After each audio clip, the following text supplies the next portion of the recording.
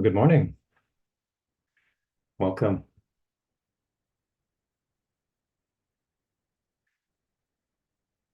It seems that overnight the year changed. Happy New Year.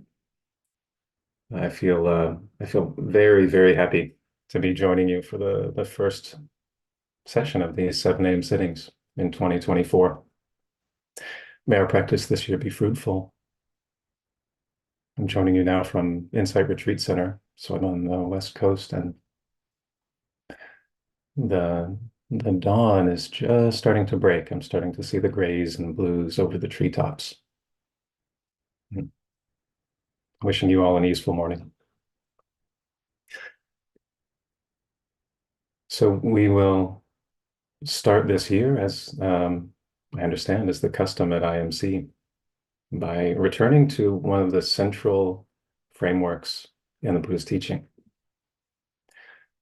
Returning to the root, we might say. And the teaching we will look at for this week is the Four Noble Truths. Let's spend some time setting up the meditation, and we'll enter into silence together. So for this meditation, to welcome ourselves into it, you can first imagine that you're walking in a forest, and say this forest has grown dense, thick with leaves, thick with trees and brush and shrubs and grasses, and the density increases to the point that you're not sure how to proceed. You don't know where to take the next step. So the best thing is to be still.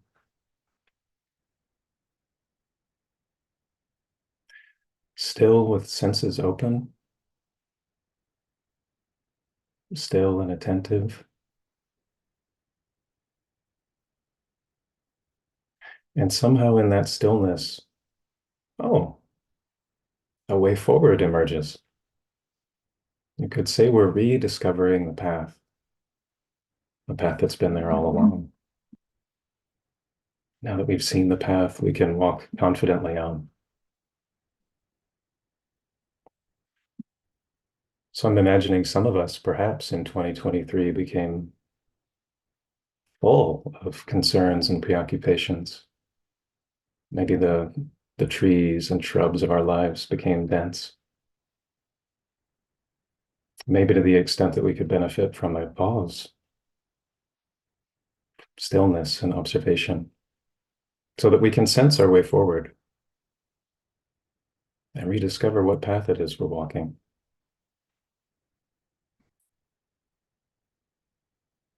So to hold two reflections in our mind during this retreat, or this sitting. One is, now that we've turned over a new year, what is asking to be released, relaxed, or even let go?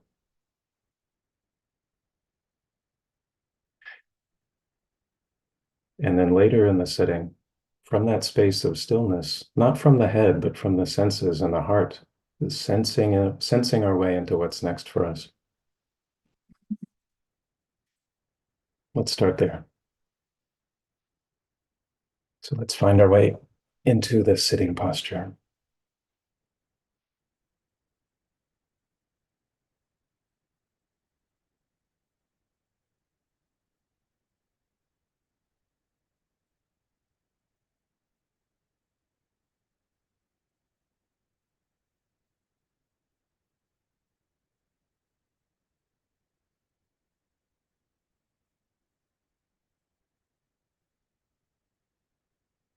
Settling our weight on our support.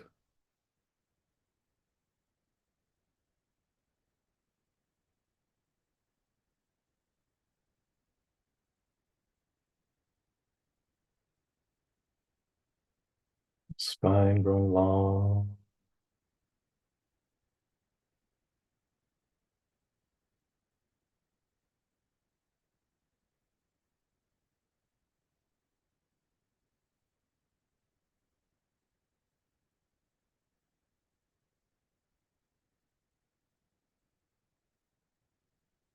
Torso aligning, that maybe the shoulders roll back.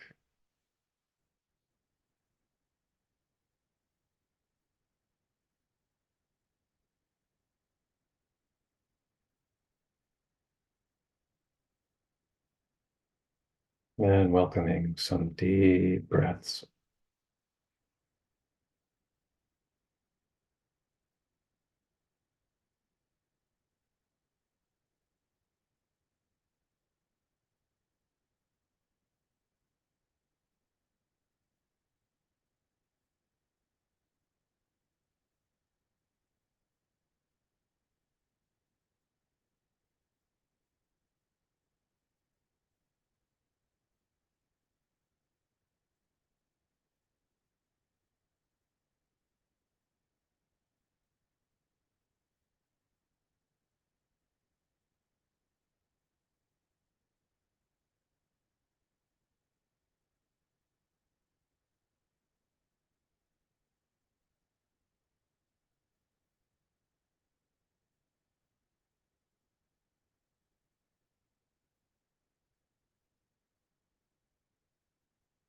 Already, what is asking to be released?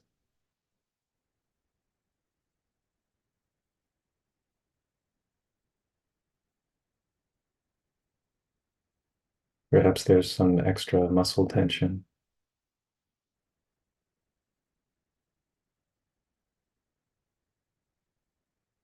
with the skin of the forehead,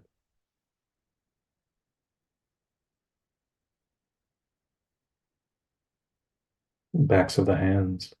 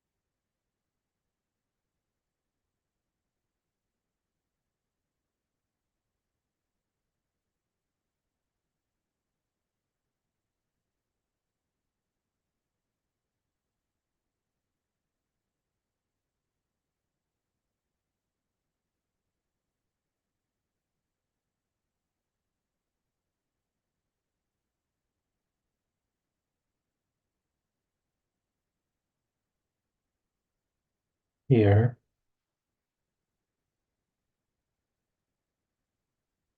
with simplicity,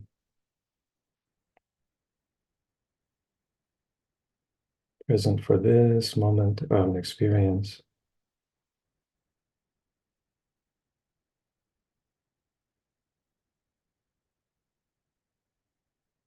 What is asking to be released?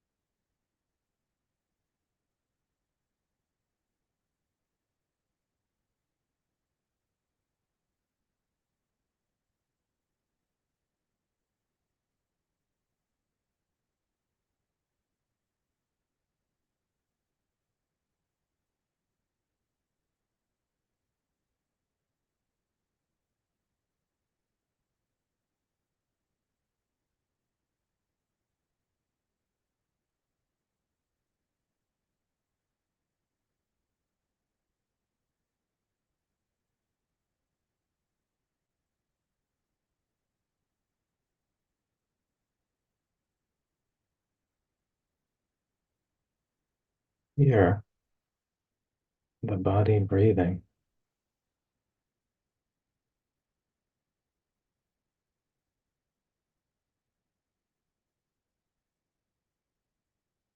What is asking to be released?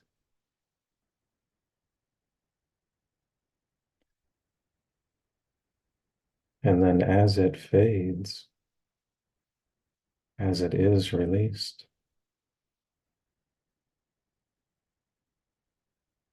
what's the quality of the absence left behind?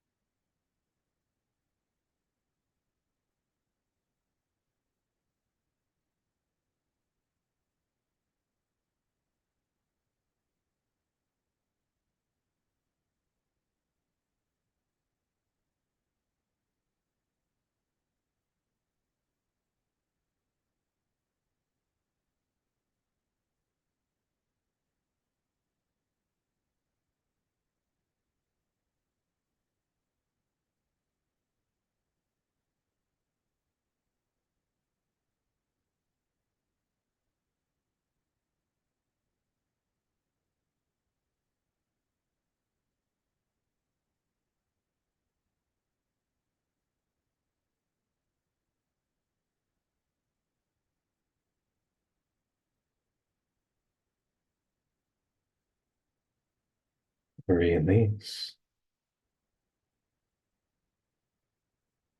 And absence.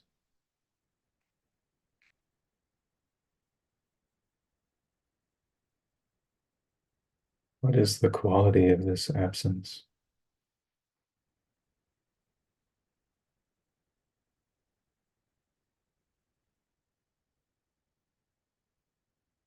A space where something new may emerge in its own time. No hurry.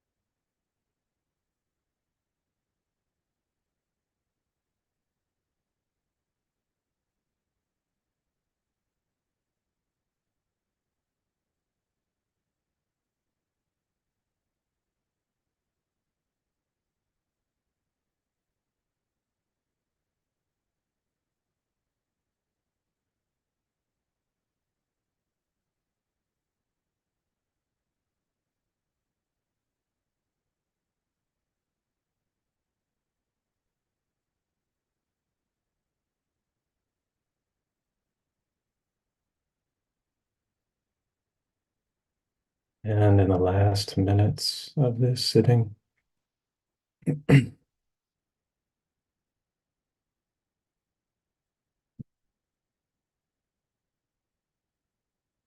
what is asking to be released, relaxed, let go?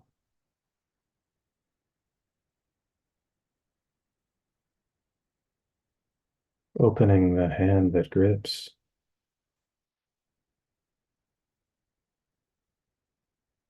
and then sensing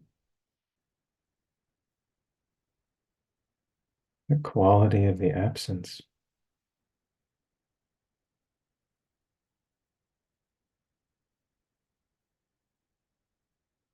The quality of the absence and what has become possible.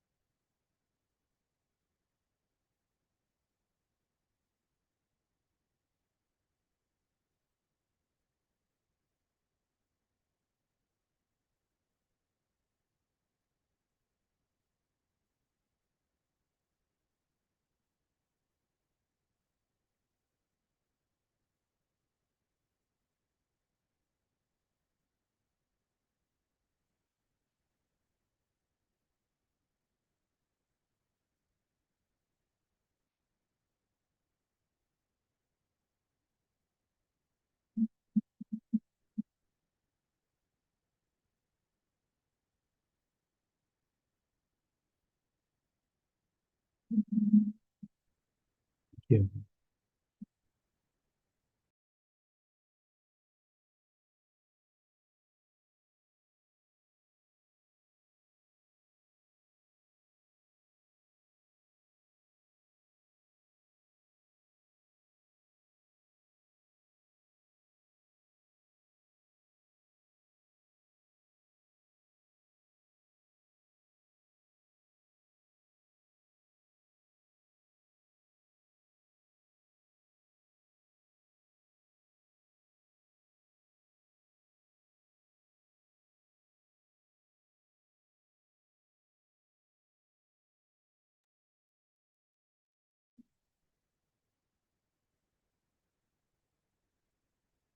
So welcome again.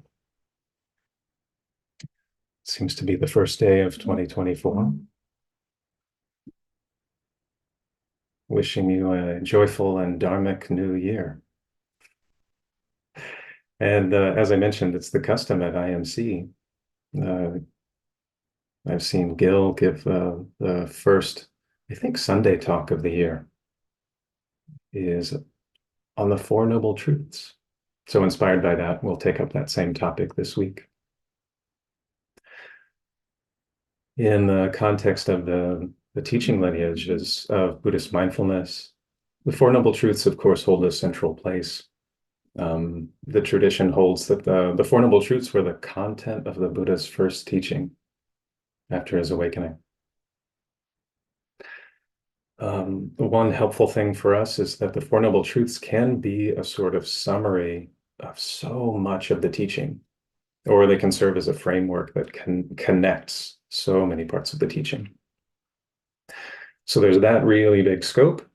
And then there's also, I find that the Four Noble Truths have this impressive degree of application.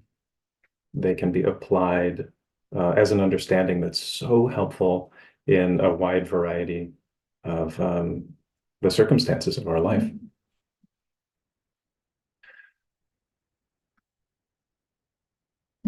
So maybe with the Four Noble Truths in the background, one of Gil's slogans is that if you want to be free, study where you get stuck. So that means we will have to study where we get stuck. And that's exactly what the Four Noble Truths are asking of us. So to start understanding the Four Noble Truths, one helpful thing to know is that the Buddha was one of his names, one of the ways he was referred to as the great physician. And the Four Noble Truths are set up uh, seemingly to follow in that medical model of his time. So four parts. You've got the ailment. You have the second, which is the basis or the condition or the cause. The third is the prognosis. And the fourth is the treatment, medical model. So let's correlate these with the Four Noble Truths. The ailment, dukkha, suffering, stress. We're going to get to know this much more today. Second noble truth correlates with the basis, the cause, sometimes the cause, the condition. This is the arising of dukkha. And in the Dharmic terms, we say it's the craving that leads to further becoming. And we'll unpack that some more tomorrow. Third noble truth correlates with the prognosis, and that is this wonderful fact that the cessation of suffering is possible. The cessation of that same craving that leads to further becoming. It can end. That's amazing. And then the fourth noble truth correlates to the course of treatment. So the path of practice that leads to the cessation of suffering. So you can pretty easily see the correlation with the ancient medical model here. Something that's very interesting and makes the Four Noble Truths not just an abstract set of ideas, but locates them in our lives is this fact that each of the Four Noble Truths has an associated task or a duty or a practice. And as we go throughout the week, we'll talk each day about one of the truths and its associated task. And today we're looking at the first noble truth, and its associated task is to understand or to comprehend suffering. So let's zoom in a bit on this first noble truth. So the task of the first noble truth being to understand dukkha, suffering and stress. It bears mentioning here that it's the nature of the path that our understanding will be partial all the way along until full awakening. It said that if we fully understand in its depths dukkha to its bottom, then that precipitates awakening. So I mention this now that our understanding will be partial as actually a bit of encouragement. That let's not be too hard on ourselves for having a partial understanding. We're all doing our best with the understanding we have. So to talk about how we might develop in terms of understanding dukkha, I want to borrow an analogy, and that is the Appalachian Trail. And I'm going to use this to point to three different modes of developing an understanding. So say you wanted to hike the Appalachian Trail. First layer would be, of course, it would be great to read about it. Number one, you might find out that the Appalachian Trail is X miles or kilometers long, or that it has these certain features. The second mode of developing an understanding would be reflection on what you learn. You could reflect on the features of the trail. You might reflect on your own capacities as a hiker, and see that this trail is appropriate for you for right now and your level of skill. And this does something really important, which is gives us the confidence that, yes, I can do this. So that it's this reflection that really gets to know what you've learned and then gives you some confidence. And then the third mode of developing understanding is to walk the path for yourself. And this is the sort of cultivated wisdom that only comes by, let's say, getting your boots dirty. So similarly, in developing an understanding of the Dharma, and for today, developing an understanding of the First Noble Truth, You can start in this first mode by reading, or in this case, listening to the teachings, in such a way that begin to understand, oh, this is what the Buddha meant when he talked about suffering and stress. This is what all of these centuries of teachers have been talking about. This is it. Then the second mode would look like a certain reflection on what you learn in terms of your own experience.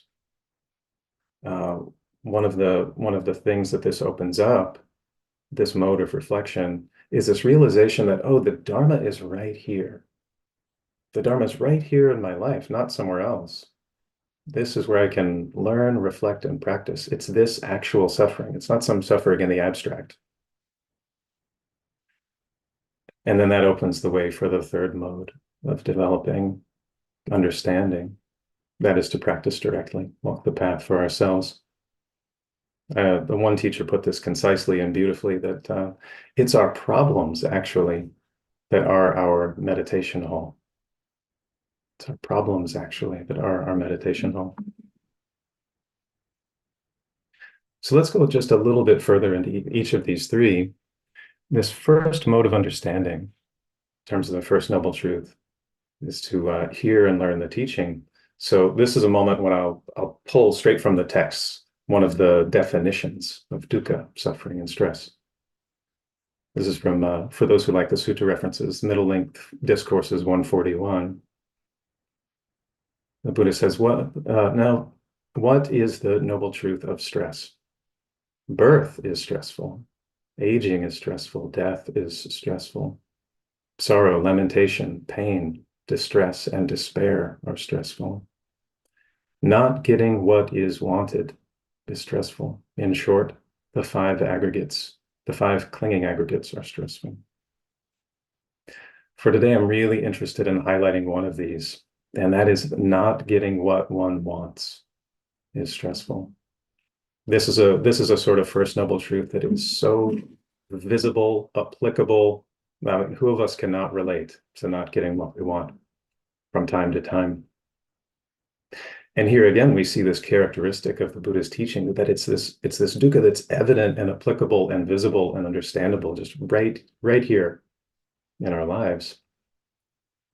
In my understanding, to broaden this teaching a bit, by dukkha, suffering and stress, the Buddha means the entire array of suffering and stress, from the very obvious physical pain or emotional distress, all the way to existential fear, to death itself, and to very subtle, perhaps pervasive dis-ease. It's this whole spectrum of experiences. This might sound like a pessimistic start to a very important teaching, but let's remember that it's right here in our problems that the Dharma unfolds. And the Buddha didn't solely teach suffering, just suffering, but taught a path and an assurance that its ending is possible. So this second mode of understanding, reflection, I want to highlight especially not getting what one wants, and tell you just a brief story. And as I get into the story, maybe a moment just to reflect for yourself if there's been a recent time that you didn't, in fact, get what you wanted. And then how that went. How was that? How was that for you? My story went something like this. And it was about 2 weeks ago. I traveled to my home state to visit family for the holiday. I had all kinds of expectations. These visions of days in the kitchen with my family, and visits with my siblings and their spouses. It wasn't long after I got there that expectation met reality, and they didn't match. But presumably on the plane, despite my care, I got sick. A few days after the arrival, I found I was quite sick and had to spend most of the holiday without my family. Not what I expected. Expectation met reality, and they did not match. It meant that I couldn't be in the same home as my vulnerable parents. And all of this vision and expectation, these things that I'd been looking forward to, they became impossible. I wasn't getting what I wanted. Now, right here, if we really want to pile dukkha upon dukkha, this is our opportunity to compound our misfortune. So we could sort of double down on our expectations and make our desires into demands. Maybe this is a place where we can see any underlying tendencies of aversion, not getting what we want, and just like trying to assert that aversion will annihilate this reality that I'm experiencing. Or maybe the underlying tendency is to ignore. These are all possibilities, but right here where we're not getting what we want, this is so precious because it can reveal to us, oh, what's happening underneath the surface. And because of the power of our mindfulness practice, we know that bringing a balanced, open, wise attention to all of the circumstances of life helps to grow the beautiful. Interestingly, what's expected and what arises when they don't match, actually, there doesn't have to be suffering there. That's an amazing power of mindfulness that can grow our confidence. And this is exactly how we go from the second mode of understanding to the third mode of understanding. By studying our suffering right here in the specifics of our life, right here. And we can learn from the dukkha itself, the suffering and stress itself. We can learn when the dukkha actually doesn't arise when we expected it to arise. Or we can learn from that process of being with dukkha, understanding it, seeing it, observing it, reflecting on it, and then watching it fade and let go. It won't be here with us forever. So, to conclude briefly, the task of the First Noble Truth is to understand dukkha, and we can practice it in these three modes: hearing and learning, reflecting, and cultivating and developing. This is the beginning of an ennobling path of the Four Noble Truths.